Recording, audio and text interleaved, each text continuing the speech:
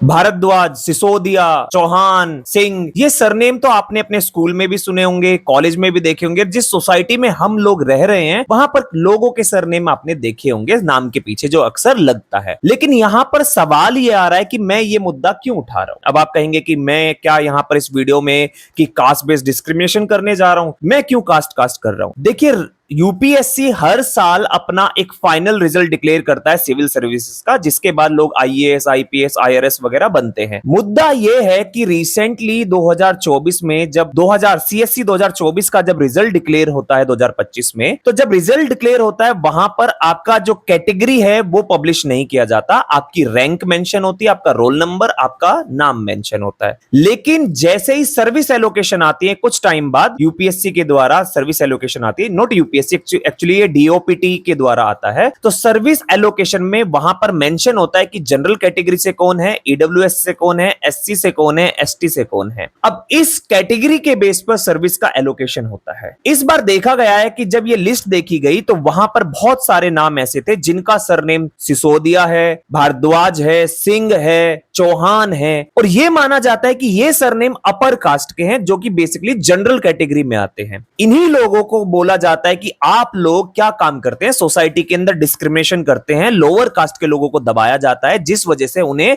Upliftment की जरूरत है, और हमने उनको शेड्यूल कास्ट या शेड्यूल ट्राइब की कैटेगरी में मेंशन किया ताकि उन्हें रिजर्वेशन मिल सके। अब इन्हें ऐसी क्या जरूरत पड़ गई कि खुद को एससी या एसटी बताकर रिजर्वेशन ले रहे हैं। अब यहां पर आपको एक चीज समझनी पड़ेगी, बहुत सारे लोग ऐसे हैं जो वीडियोस के थ्रू या अपनी ओपिनियंस के थ्रू ये बताना चाह रहे हैं कि यूपीएससी के अंदर बहुत बड़ा स्कैम है ये, और यहां पर लोग फर्जी सर्टिफिकेट बनवाकर ये जॉब ले रहे हैं। लेकिन मैं यहां पर आपको एक दूसरा एंगल एक्सप्लेन करने वाला हूं जिससे आपको समझ में आएगा कि ये सब होता क्यों है, और सोसाइटी का एक बहुत बड़ा इशू आपको समझ में आएगा। एम श्रीनिवासन, जो भी बच्चे सोशियोलॉजी पढ़ रहे हैं या पढ़ चुके हैं उनको पता होगा कि एम श्रीनिवासन कौन है।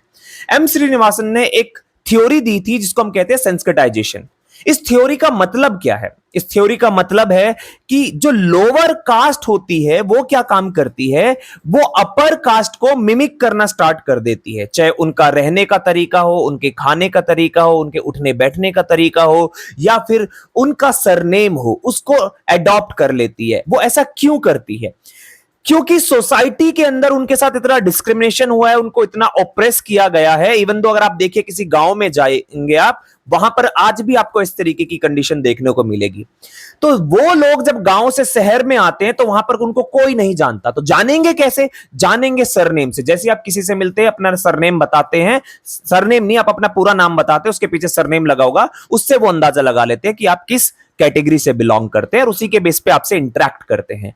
अब वो व्यक्ति जो गांव से उठकर शहर में आया है डिस्क्रिमिनेशन झेल के, अब वो क्या काम करता है? वो अपना सरनेम चेंज कर लेता है। अपना तो नहीं कर सकता क्योंकि एकेडमिक डॉक्यूमेंट्स में, बच्चों के एकेडमिक डॉक्यूमेंट्स में चेंज करना स्टार्ट कर देता है। उससे क्या होता है?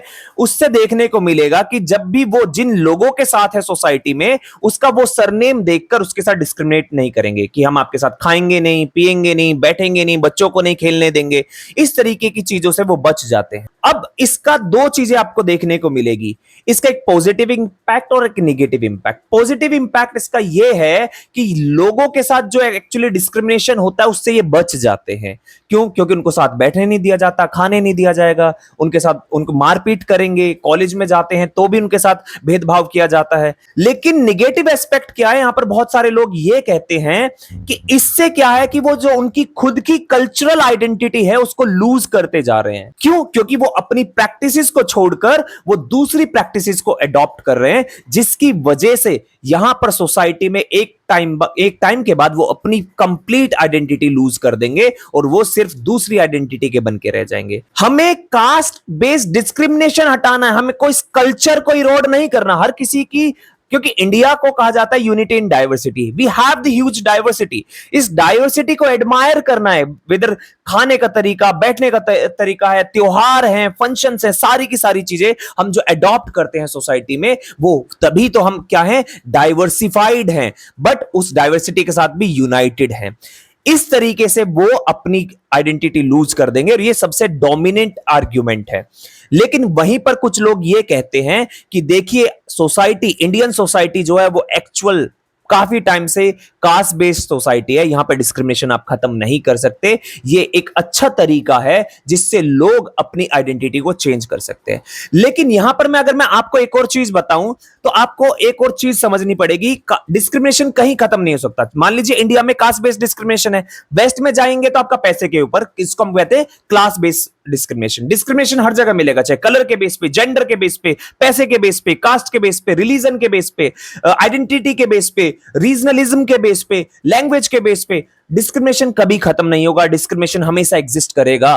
तो हम ये यहां पर आर्ग्यूमेंट नहीं दे सकते कि अरे अच्छी बात है, इससे डिस्क्रिमिनेशन खत्म हो जाएगा। दूसरे तरीके का डिस्क्रिमिनेशन स्टार्ट हो जाएगा। जैसे आप आर्टिकल 15 मूवी देखिए, वहां पर आपको पता चलेगा कि अपर कास्ट में भी सब कैटेगरी है और उसमें भी सब कैटेगरी है, उसमें भी डिस्क्रिमिनेशन होता है। अपर कास्ट में बोलेंगे कि हम उच्च कोटि के ब्राह्मण हैं, फिर उससे लोअर कैटेगरी के ब्राह्मण, उससे लोअर कैटेगरी के ब्राह्मण। आप धीरे धीरे क्या काम करें, सपोज मान लीजिए कल को सारे धर्म खत्म कर दीजिए, एक ही धर्म होगा, फिर उस धर्म में कास्ट के बेस पे या क्लास के बेस में डिस्क्रिमिनेशन होने लगेगा।